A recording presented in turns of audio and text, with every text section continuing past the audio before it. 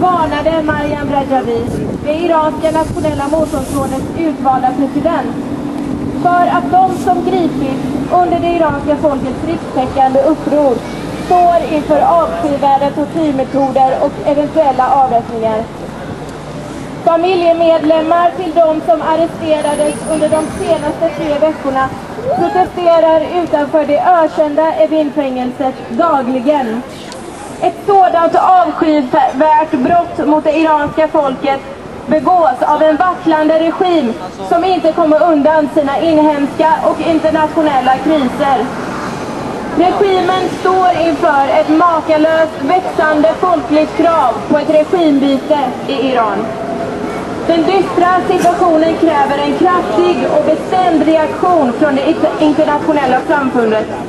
Ned med diktator! Ned med diktator! Ned med diktator! Ned med diktator! Länge leve frihet! Länge leve frihet! Länge leve frihet! Länge leve frihet! Mark bar Khamenei! Mark bar Khamenei! Mark bar Khamenei! Mark bar Khamenei! Zindabad Azadi! Zindabad Azadi! Zindabad Azadi! Zindabad Azadi! Ned med Khamenei!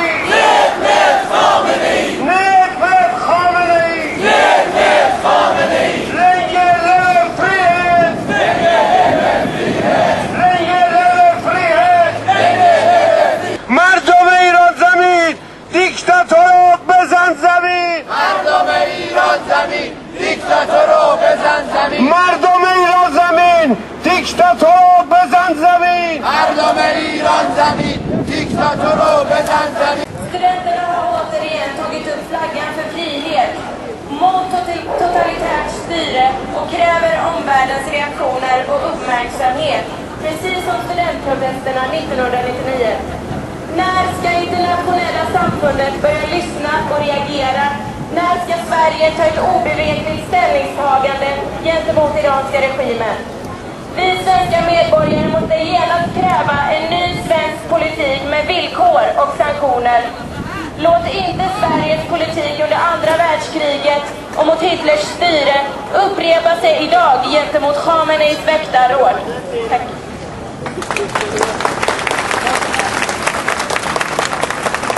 Den aktuella våldsutvecklingen i Iran är tyvärr inget nytt fenomen.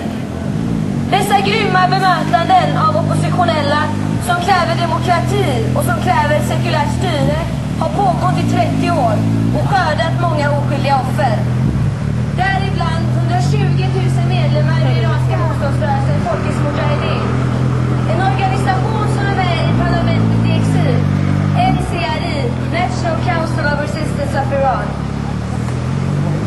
Under 3 årtionden har folket i Iran utstått barbariska tortyrmetoder, avrättningar såsom stening, offentliga avrättningar genom hängning och offentlig bestraffning genom piska. Den iranska regimen förtrycker i synnerhet kvinnor. Kvinnor som inte får bestämma över sina kläder, kvinnor som inte får bestämma över sin framtid och kvinnor som ifråntas all värdighet från regimens juridiska instanser. Dessutom har infört många begränsningar gentemot studenterna och man har slagit ner varje protest i universiteten runt om i Iran.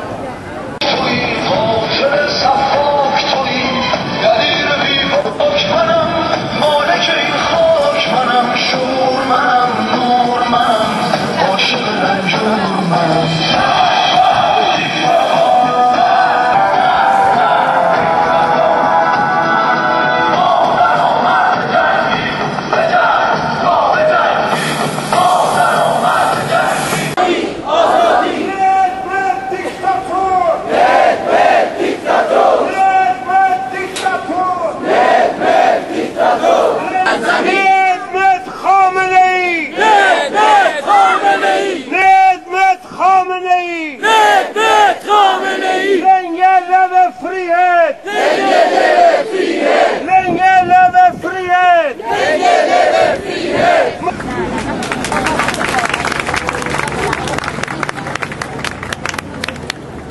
هموطنان عزیز، دوستان و یاران مقاومت، با سپاس از شرکت همگی شما در این تظاهرات و همبستگی با مردم وفاخواسته ایران یک بار دیگر اعلام می‌کنیم که ما اینجا جمع شدیم تا صدای مردم ایران و نداهای شهید را به جهانیان برسانیم. مردم ایران خواهان آزادی و دموکراسی و آینده‌ای شکوفا هستند. ما خواستار آن هستیم که کلیه دولت‌ها روابط سیاسی و دیپلماتیک خود را با رژیم آخوندی تا توقف کامل سرکوب در ایران قطع کنند. ما خواهان تحریم تجاری، دیپلماتیک، تسلیحاتی و تکنولوژیک رژیم آخوندی هستیم و خواستار آن هستیم که پرونده جنایات سران رژیم به ویژه خامنه‌ای، احمدی نژاد و دیگر مسئولان کشتار مردم ایران به دادگاه‌های بین‌المللی ارجاع داده شود. اعلام می‌کنیم که تا تحقق خواسته‌هایمان تظاهرات و اعتراضات سراسری ایرانیان در کشورهای مختلف ادامه خواهد یافت. پیروز باشید. در راه تو کی ارزشی دارد این جان ما، آینده باد خاک ایران ما.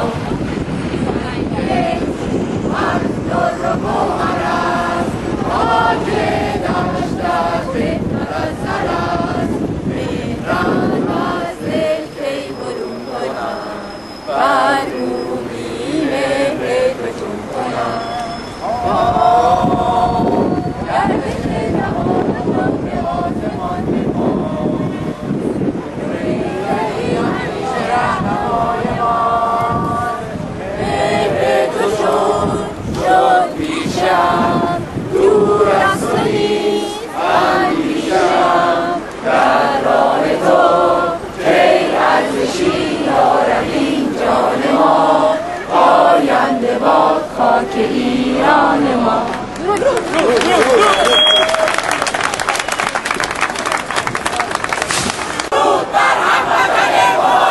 سلام بر ایرانی آزاده! سلام بر ایرانی آزاده! مرگ بر دیکتاتور! مرگ بر دیکتاتور! مرگ بر خامنه‌ای! مرگ بر دیکتاتور! لنگه لب frihet! Länge leve frihet! لنگه لب frihet! Länge leve frihet! لنگه لب frihet! Länge leve frihet! دانشجو میمیرد ذلت نمیپذیرد. دانشجو میمیرد ذلت نمیپذیرد. دانشجو میمیرد ذلت نمیپذیرد. مردم ایران زمین دیکتاتور رو بزن زمین. مردم ایران زمین دیکتاتور رو بزن زمین. مردم ایران زمین دیکتاتور رو بزن زمین. مردم ایران زمین